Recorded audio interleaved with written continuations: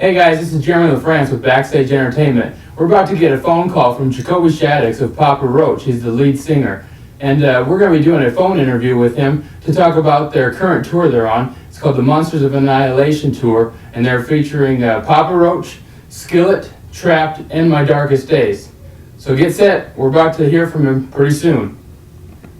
You guys might also notice the background I have here. Because of you guys, I get to keep doing Backstage Entertainment, meeting all these cool people, and then posting interviews for you guys to see more into the lives of entertainers that we like to watch. Here's Jacoby now. Hello, this is Jeremy. Oh shit, who it be? Omaha, motherfucking feet from the skull. Motherfucking what a cool got control. Nice. Jacoby, how you doing? Fucking good. Awesome, man. Hey, currently you guys are on your Monsters of Annihilation tour with Skillet, Trapt, and My Darkest Days. Hey, how's the tour going so far? Oh, it's going great, man. We are thoroughly enjoying ourselves. The company that we're keeping on this tour is cool, man. Everybody in the other bands is great. It's a killer bill from beginning to end, so we're really happy about the tour, and it's packing houses, and we're selling shows out, and it's going well. So for us, it is a win-win. It's good. Yeah, it seems like whenever you guys have a show, you guys put on one hell of a show, and you guys get to quite a few other awesome bands as well. I mean, how does each tour for you go, and I guess how do you guys get such great bands to tour with? We did a show in Richmond, Virginia in March, right after we got out of the studio with Skillet, and saw them live, and I was like, dude, these guys rock. I was like totally impressed. So I went and hunted down the singer John after the show, and we just started talking, and I was like, man, you guys are badass. Like, we should think about touring together, And he's like, oh, dude, I'm a fan of Papa Roach.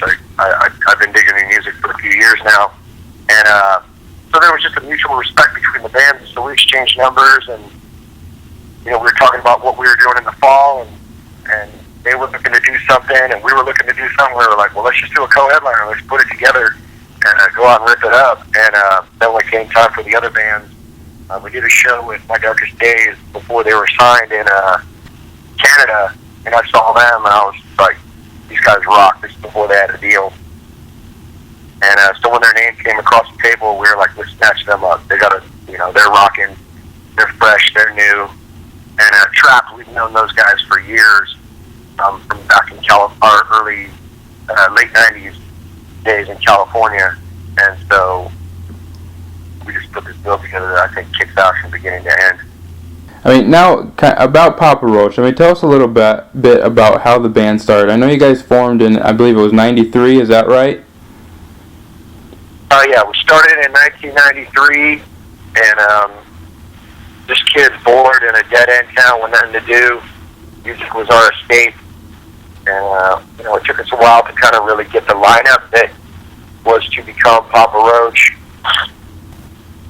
And once that happened, then we're just off to the races. We really felt like we all wanted the same things in life and the same things in music, and we had that common bond through Papa Roach to just go achieve these things. And it just became evident that this is what this was our drive. This is what we wanted to do. Now, just tell us a little bit about how the name Papa Roach came to be. Did you guys sit down one time and were struggling with the name and finally come up with something, or where did it come from? We come from the era of funky band names, and named after my great-grandfather. His last name was Roach. We called him Papa Roach, and for some reason we decided to call our band Papa Roach, and it stuck, and that's the name we're stuck with, so. Yep, well, it's you certainly made a name for yourself, so it's awesome. Recently you guys released an album called Time for Annihilation. What kind of made you decide, because you have 5 tracks on it that are studio recordings, and then you have live tracks. What made you guys decide to do 5 and then the rest live on the CD? Pretty much, essentially, it's the best of both worlds, Papa Roach. We wanted to do something to celebrate a decade of Papa Roach, and we felt that releasing a live record would be a good way to do that, to look back at some of the older material. And so it's called Classics, as well as hits and misses, fan favorites and such. And I think it's just a really energetic record that connects the dots from the past to the present and where we're at musically now with studio tracks. And I think it's just like all things good Papa Roach.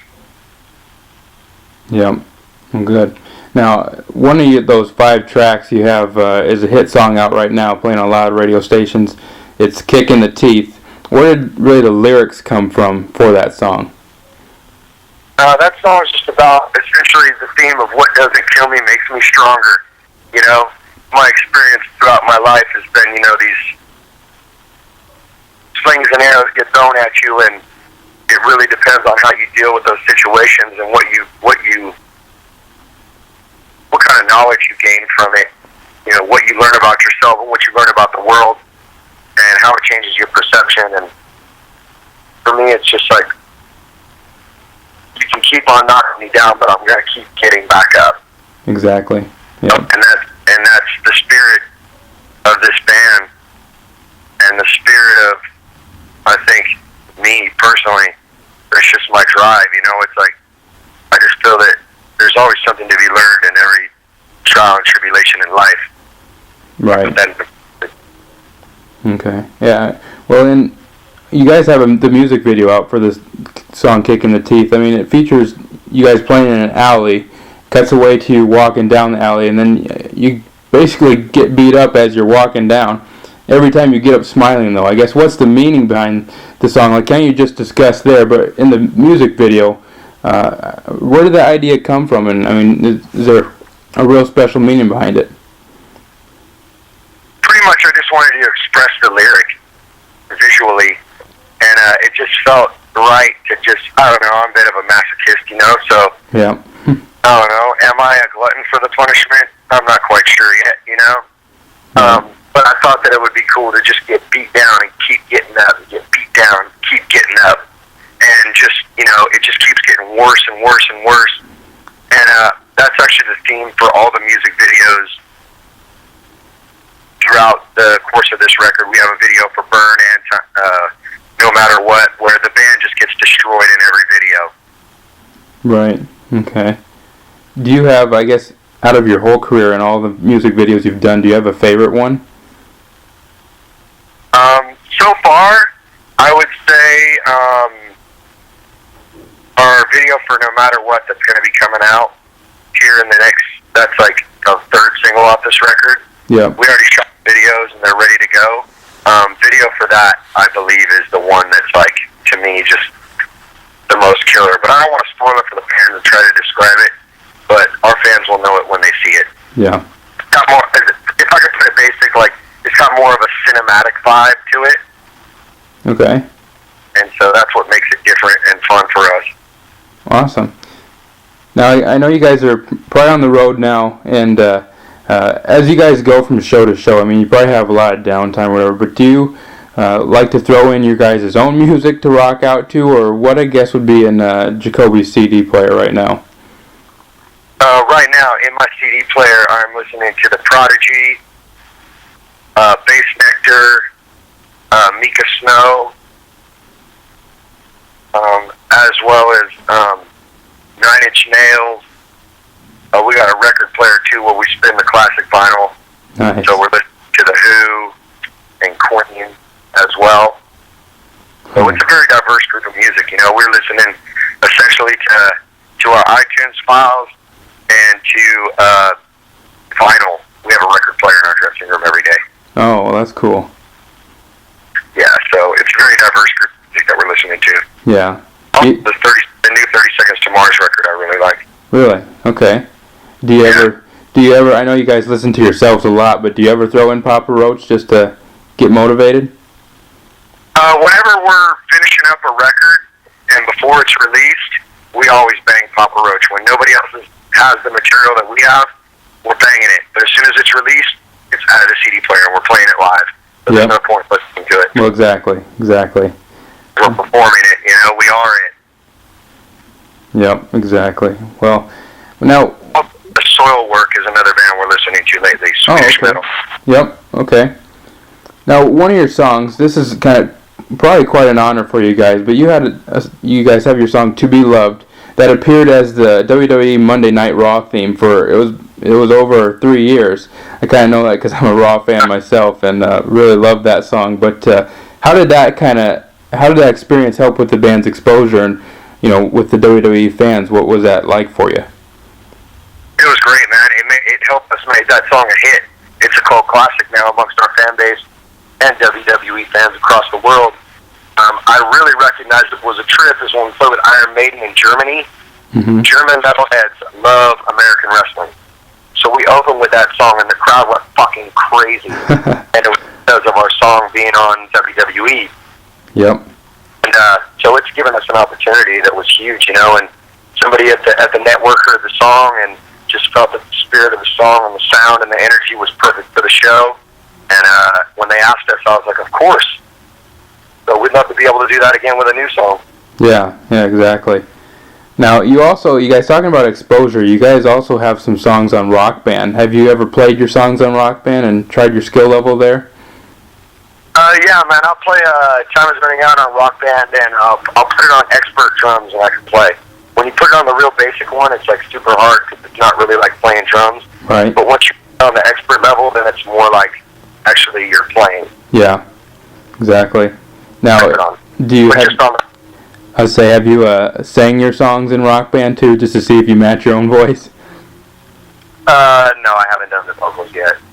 It'd be kind of interesting to see if you even match your own voice, but yeah, that would be fun. I'll try it out. Yeah, you'll have to, and let us know how it goes then too. But just Jacoby, I know you're kind of busy, but just a couple more questions left. We actually for Backstage Entertainment, we have a Facebook fan page and everything. And we posted that we had an interview with you, and we had some people post some questions, and just want to have two of them from a couple people that were pretty good questions, I thought. So pick these two. The first one is from Calvin, and he basically wanted to know, in your Papa Roach's early days, you kind of went under the name Kobe Dick. Why did you, go switch to your real name now, and when did you decide to cut away with that one? Well, my last name is Shaddix, and I come from a long line of drunks and womanizers, and so I wanted to bring some good to my family name, and so that's why I changed my name back to Jacoby Shaddix. It's my real name. Mm-hmm. Fucking, plus I got tired of being called a dick. and Dick says, yeah. Wow. Yep. So. Okay, and one more question for Michael wanted to know, we talked a little bit about how the band started earlier. How does it feel to be one of the few high school garage bands to make it really big? I would say, amongst the ranks of Green Day and AFI and Deftones, that's what we saw around us. We saw the local scene bands doing it DIY until they got recognized for what they were doing, and to not give up until that happens, and bands like Green Day, those were the bands that were in the scene before us. We'd go see their bands at the local clubs, and that gave us inspiration, so we saw them doing it, and we're like, fuck, well, if they can do it, why can't we do it, Yep, and you guys have made a great name for yourselves. And I'm sure you're probably just going to keep going from there, too, right? Please believe, man. There's many years left in this band. All right. Well, Jacoby, thanks a lot, and I'm sure we'll see you around the Omaha area again. All right, man. Well, dude, take care. Keep on making that beat roast down. All right. Guys, Jacoby Shaddix. All right. We'll talk to you later, Jacoby.